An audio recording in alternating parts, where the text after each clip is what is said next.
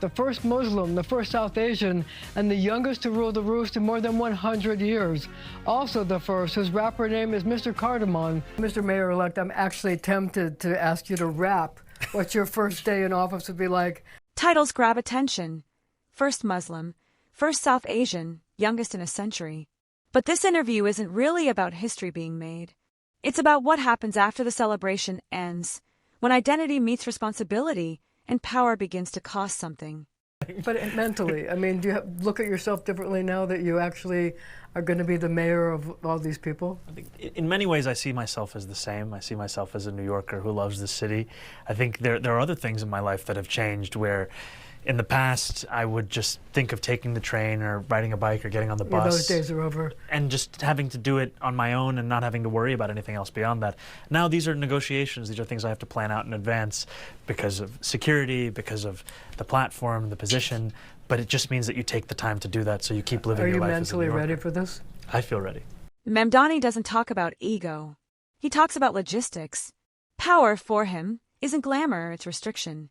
No more hopping on a bus freely. No more moving anonymously through the city he claims to love.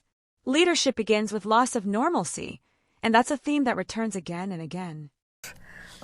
Wasn't won over by your positions because he thinks it's important for Israel to be recognized as a Jewish state, and he put out a statement that said that the anti-Zionist rhetoric and anti-Israel policies will threaten Jewish safety in New York City and will inevitably lead to an unproductive and tense relationship with the Jewish community. What Mr. Mamdani says and which policies he pursues. This is where the interview sharpens. Mamdani steps into one of New York's most sensitive fault lines: Israel, Zionism, and Jewish safety. Instead of slogans, he offers consistency. Safety for Jewish New Yorkers, without surrendering his belief in equal rights everywhere. Well, look, I think that Rabbi Hirsch is entitled to his opinions. I appreciated the meeting that I had with a number of rabbis where we spoke about my commitment to keeping each and every Jewish New Yorker safe, but also celebrating and cherishing them in their city. Notice what he does not do. He doesn't retreat. He doesn't escalate. He reframes, anchoring identity politics back to city governance. It's a risky balance, and he knows it. Running a city requires compromise. Are you prepared to do that? And do you understand that it might not always be the positions that you started out with?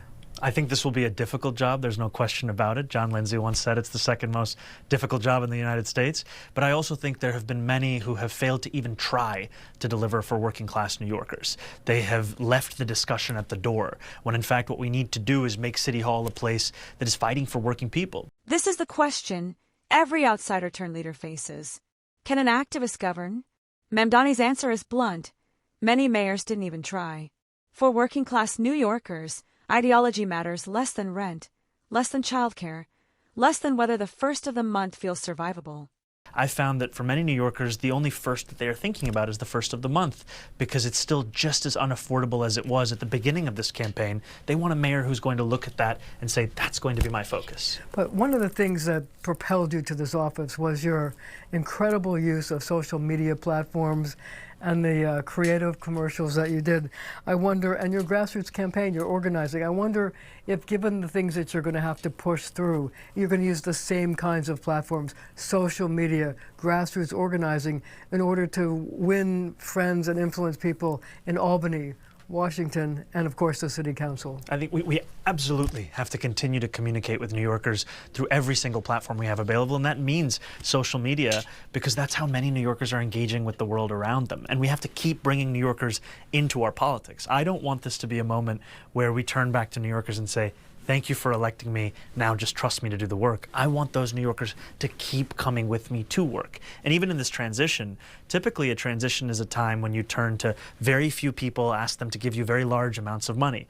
We've turned to people across the city, and we've received more than 30,000 donations, with a median donation of $25, which is a far cry from the median donations we've seen in previous administrations, but it's all part of that same vision of politics as something for the people and with the people. This is perhaps the clearest philosophy in the entire interview.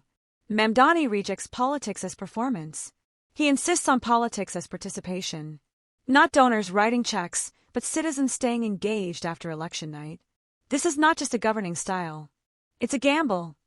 I want the effect to be that we make the most expensive city in America one that's affordable. I want the effect to be that aspiring for a decent and dignified life in the city is not considered something beyond the possibility. And I want the effect to be that every New Yorker looks at their own city and sees themselves in it. And, you know, I have been working in and around City Hall now since the election victory. And recently one of my phones stopped working. I went to an AT&T store just opposite City Hall. And the man working across from me, he said, "You look like a regular." I said, "No, I actually haven't been here before." He said, "You look like somebody who's walked across the store." I said, "Maybe you might have seen me." And then I told him, "I'm going to be the mayor on January 1st. And he apologized. I said, "There's nothing to apologize for." And then he told me about his life. He said, every day he wakes up, he just thinks about his job. When he's getting to work, he's thinking about work. He's at work, he's thinking about work. He goes home, he's thinking about the next day at work. And there's so many New Yorkers that, for them, politics, no matter how close City Hall is to their job, it has nothing to do with them. We want to make the effect that people see themselves in the focus of City Hall. This moment is quiet, but revealing. A worker who thinks about nothing but work. A city that feels distant from City Hall.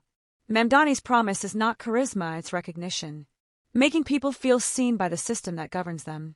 The most expensive city in America, one that's affordable.